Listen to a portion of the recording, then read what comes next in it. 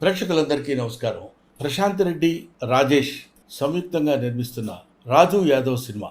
దీనికి దర్శకత్వం వహించింది కృష్ణమాచారి. ప్రధాన పాత్రలో అంటే హీరోగా యాక్ట్ చేస్తున్నటువంటి క్యారెక్టర్ రాజు యాదవ్ గెటప్ సీను తెలుగు వాళ్ళందరికీ, ఒక మాటలో చెప్పాలంటే ఇరు రాష్ట్రాల్లో ఉన్న వాళ్లే కాకుండా ప్రపంచంలో ఉన్న తెలుగు వాళ్ళందరికీ సుపరిచితమైన వ్యక్తి. అతను ఈ సినిమాలో కథానాయకుడిగా యాక్ట్ చేస్తున్నాడు. అంకిత అనే అమ్మాయి హీరోయిన్ గా యాక్ట్ చేస్తుంది. ముఖ్యంగా ఈ సినిమాలో ఒక ఇంట్రెస్టింగ్ ఎలిమెంట్ ఉంది కాబట్టి నేను చెప్తాను. అదేంటంటే నవ్వుతూనే ఉంటుంది ఫేస్ అంతా.